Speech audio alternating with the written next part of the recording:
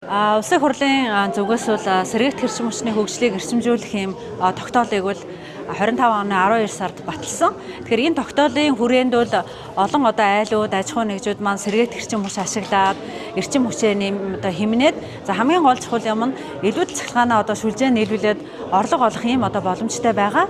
Тэгэхээр энэ боломжийг бүрдүүлснийг л олон ард иргэдэд ингээд танилцуулж ийм боломжийг ашиглаач гэж ингэж явах шаардлагатай байгаа учраас бид бүхэн 21 аймгаар энэ сэргээгтийн талаарх үзэсгэлэн уулзалтыг зохион байгуулаад явж байна.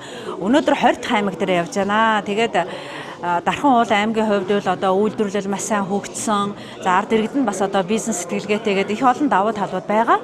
Тэгэхээр тэр утгаараа олон айлууд маань ийшээ орж сэргээгт их сайн өргөнөөр ашиглаач ээ.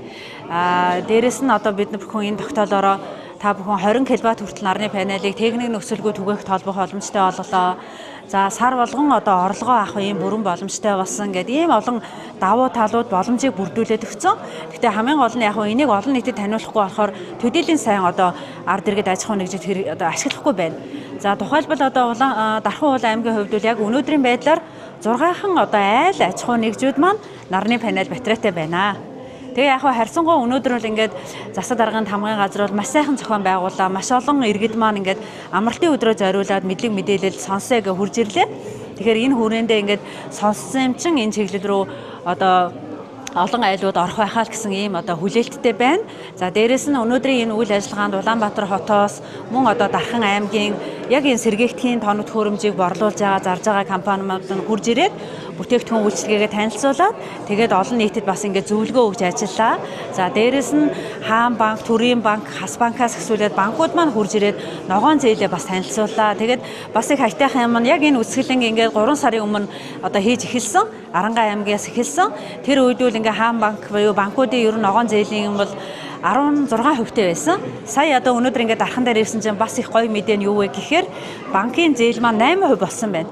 Төрийн банк, Хас банк хоёр 8% хүүтэй зээл гаргасан байна. Тийм учраас энэ зээлийн хүртээнж бага байгаа учраас айлууд маань энийг хөөцөлдөж аваарай гэж ингэж уриалмаар байна. Дээрэс нь бид нар чинь засгийн газрын зүгээс ногоон зээлийн маань хугацаа нь 30 сар байсан бол 6 сар болгож уртасгсан байгаа. Тэгэхээр өөрөөр хэлбэл сардаа 1 сая төгрөг тушаадаг айлвал сардаа 600 болгож ачаал нь буурна гэсэн үг. Тэгэхээр ийм олон өргөн боломж байгаа учраас та бүхэн мань сэргээгт эрчим хүч рүү ороорой. Яагаад гэвэл энэ маань бол нэгдүгээр та бүхний эрчим хүчийн зарлыг чинь хэмнэн. За хоёрдугаарт бол найдвартай болно. Яагаад тэгэхээр улсын тог тасарч байдаг. Та ганцаархтаа тэр нарны панел батарейтайгаа цахилгаантайгаа байж чадна. За тэгээ хамгийн бас их хайтайхан юм нь та бүхэн өглөөний 6 цагаас оройны 17 цаг хүртэл 1 кВт-ыг 285 төгрөгөөр шүлжээ рүү зараад орлого олноо. Хэрвээ батарей суйрлуулад оройны 17-оос 21 цаг хүртэл зарах юм бол 1 кВт-ыг 300 төгрөгөөр зарах боломжтой. За тэгээд яг одоогийн байдлаар айлуудыг харахаар нэг 10 кВт-ийн нарны панелтай айл бол өдөртөө 10 гаруй мянган төгрөг, сардаа 400 гаруй мянган төгрөг, жилийнхаа дүнгээр бол нэг 5 сая төгрөг олж байна. 20 кВт-ийн нарны панелтай айл бол ер нь өдөртөө бараг 50 мянган төгрөг. За сардаа сая гаруй мянган төгрөг, жилдээ бол нэг 10 сая төгрөгийг бол та элбэг түгээх шүлжээнд зараад ингээ олох бүрэн боломжтой байсан. Эхнээсээ айлууд маань аж ахуй нэгжүүд маань болно гэдгийг бодитоор харуулад орлого олоо явж байгаа олон айлууд байна л гэж хэлмээр байна.